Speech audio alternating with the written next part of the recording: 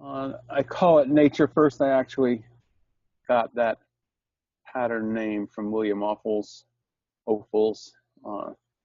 in his book of pattern languages for politics. I think it's great. We are facing facing potential civilizational collapse and human extinction if we don't get aligned with what nature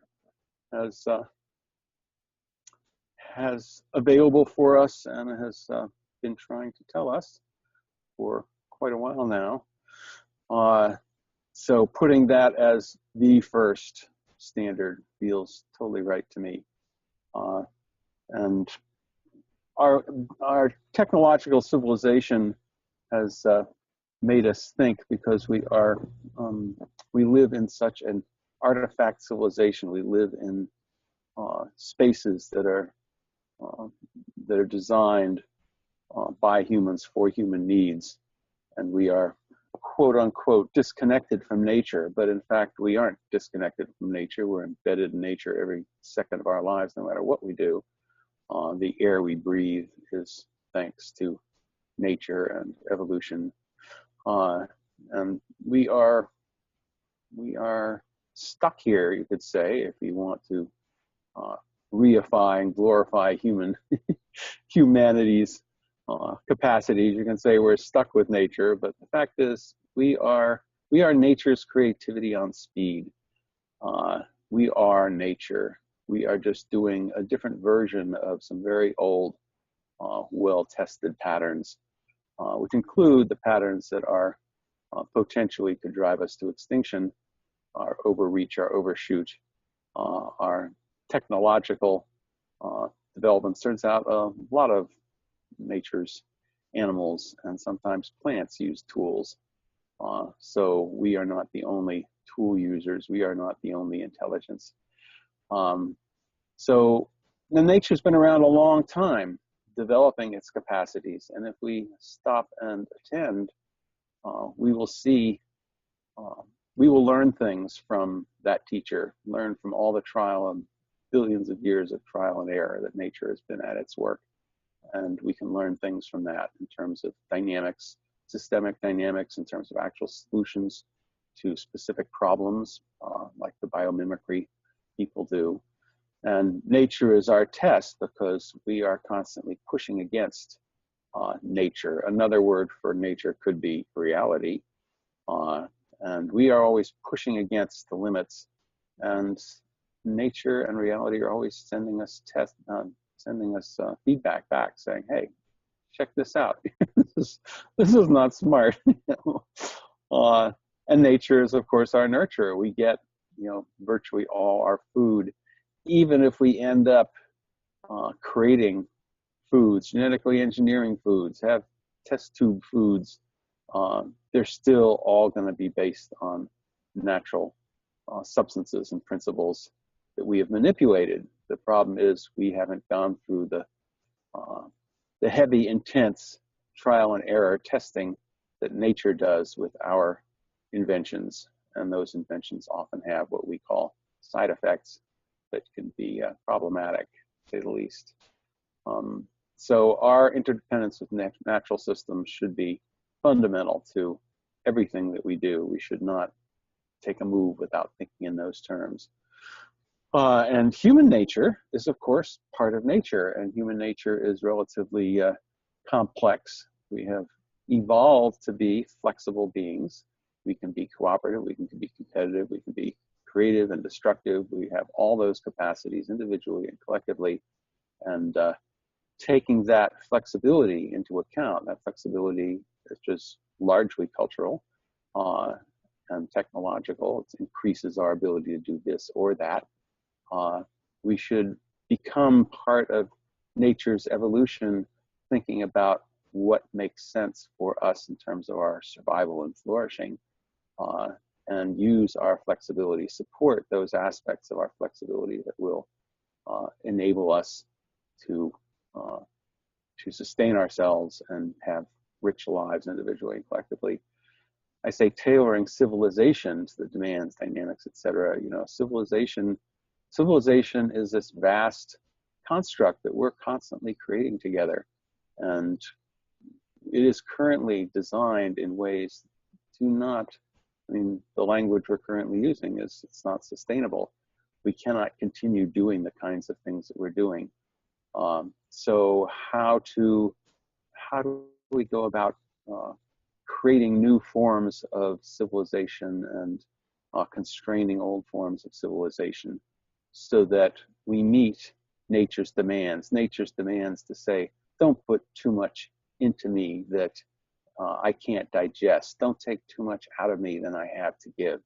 You know, the what is it called? The natural step is a good example of dealing with nature's demands. It's 4 different principles, systemic principles that say, this is what, if you want to align with nature, these are the 4 things you need to attend to. And natural dynamics, there's a lot of kinds of feedback loops, and both in terms of within, you know, our own civilization, our own social dynamics that mimic or are natural patterns that we have manipulated to our desires, or our actual embeddedness in the dynamics of nature. You know, nature, for example, fundamental to natural systems is what we now call recycling. Nature, everything is food. Waste is food for nature. There's no such thing as waste. Natural systems create things which parts of the natural systems can't use, and then other parts in the natural system pick them up and use them.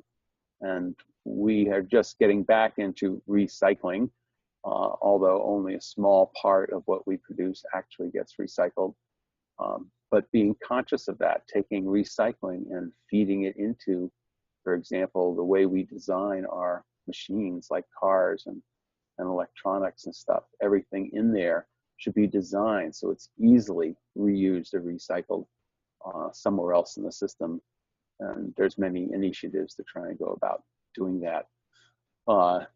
And the blessings of nature, you know, there are moves afoot as I speak to privatize all natural parks, for example.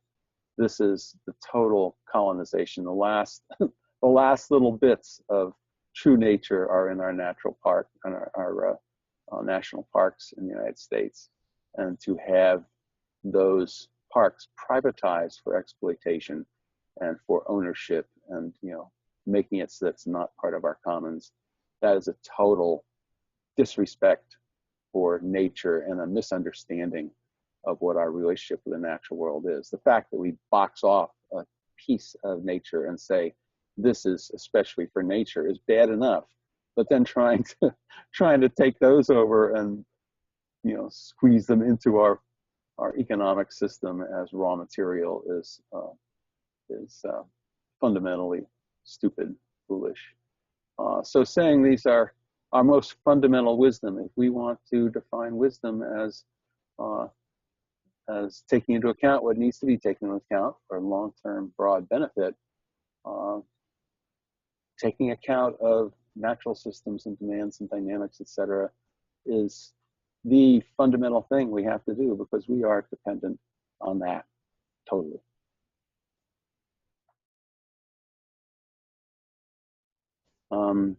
Nature spirituality and sort of puts us at a heart level in that consciousness, sustainable methods. And that's, we could list 2,000 things under that. The regeneration, my daughter is part of the movement that is setting aside sustainability as a goal and saying what we really need is regeneration. We need regenerative technology, regenerative worldviews. So that's what that regenerative X could be, Regeneration X. I just sort of reread it. Internalizing the costs is part of the following natural systems. There's no externalizing anything in nature. Everything is internalized.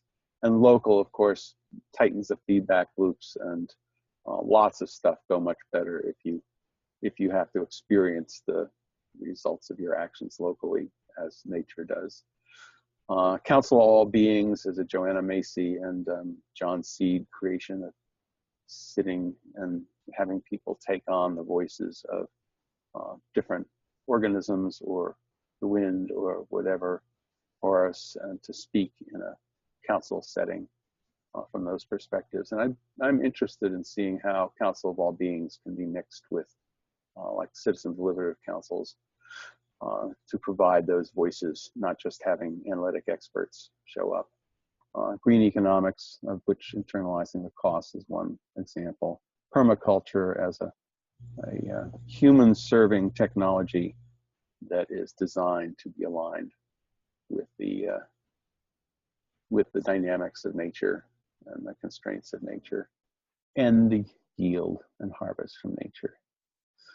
So that's that.